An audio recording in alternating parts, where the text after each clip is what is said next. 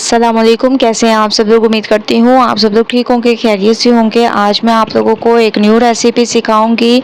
आज मैं आप लोगों को मटन देगी बाल्टी गोश्त बनाना सिखाऊंगी एक नए अंदाज में। तो रेसिपी को पूरा देखना है, तो चलें स्टार्ट करते हैं। सबसे पहले मैंने ऑयल ले लिया, इसमें हम लोग थोड़े से खड़े मसाले ऐड करेंगे, जिसमें तेज़पात हो गया, दालचीनी के टुकड़े हो गए, 2 अदद काली मिर्चें, इसके अलावा ज़ीरा, लौंग और एक बड़ी इलायची। ये तमाम चीज़ें ऐड करने के बाद इसमें आप लोगों ने प्याज ऐड कर देने हैं। 3 अदद प्याज आप लोगों ने ऐड करने हैं। प्याज को थोड़ा सा सॉफ्ट कर देंगे। माशाल्लाह से प्याज हमारे सॉफ्ट होने लग गए हैं, आप लोग देख रहे होंगे, और खड़े मसालों की बहुत ज़बरदस्त खुशबू आ रही है। अब हम इसमें मटन ऐड कर देंगे, जिसको बहुत अच्छी तरह से आप लोगों ने वॉश कर देने हैं, ठीक है, और तमाम इसका पानी निकाल देना है। मटन का कलर चेंज होने तक इसको पकाएंगे। उसके बाद चलेंगे नेक्स्ट स्टेप की तरफ। तो मटन का कलर चेंज होने तक पकाते हैं। मटन का कलर चेंज होने लग गया, आप लोग देख रहे होंगे। अब हम इसमें डाल देंगे लाल मिर्चों का पाउडर, हल्दी पाउडर, हस्बे जायका नमक, काली मिर्चें, गरम मसाला, धनिया पाउडर, कुटी हुई लाल मिर्चें, ठीक है। ये तमाम मसाले आप लोगों ने इसमें ऐड कर देने हैं।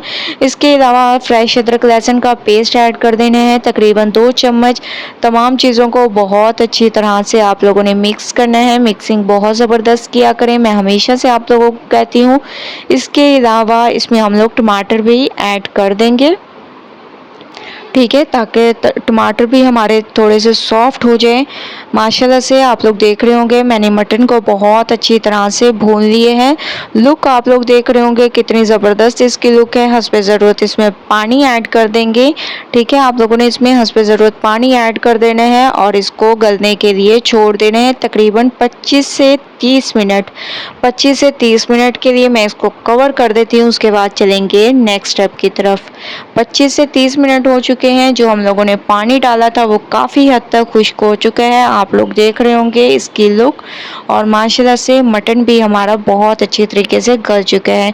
इसमें हरी मिर्चें डाल देंगे, हरा धनिया डाल देंगे और मज़ीद इसको 5 से 7 मिनट पकाएंगे, ताकि जो इसका पानी है वो मज़ीद खुश्क हो जाए। उसके बाद चलेंगे नेक्स्ट स्टेप की तरफ। तो माशाल्लाह से पानी तकरीबन खुश्क हो चुका है। 1 कप तक आप लोगों ने इसमें दही ऐड कर देने हैं और अच्छी तरह से इसको मिक्स करना है। हरा धनिया भी ऐड कर दें और अच्छी तरह से इसको भून लें। उसके बाद चलते हैं नेक्स्ट स्टेप की तरफ। माशाल्लाह से मैंने इसको बहुत अच्छी तरह से भून लिए हैं। फ्लेम को मैंने बंद कर दिया है। तो चलते हैं इसकी फाइनल लुक की तरफ। फाइनल लुक आ चुकी है, हमारी रेसिपी बिल्कुल तैयार हो चुकी है एक नए अंदाज में। आप लोग देख रहे होंगे बहुत ही खुशबूदार, बहुत ही अमेजिंग रेसिपी है। एक बार आप लोगों ने इस रेसिपी को ज़रूर ट्राई करना है। मुझे अपना फीडबैक ज़रूर देना है। रेसिपी पसंद आए लाइक करें, ज़्यादा से ज़्यादा शेयर करें।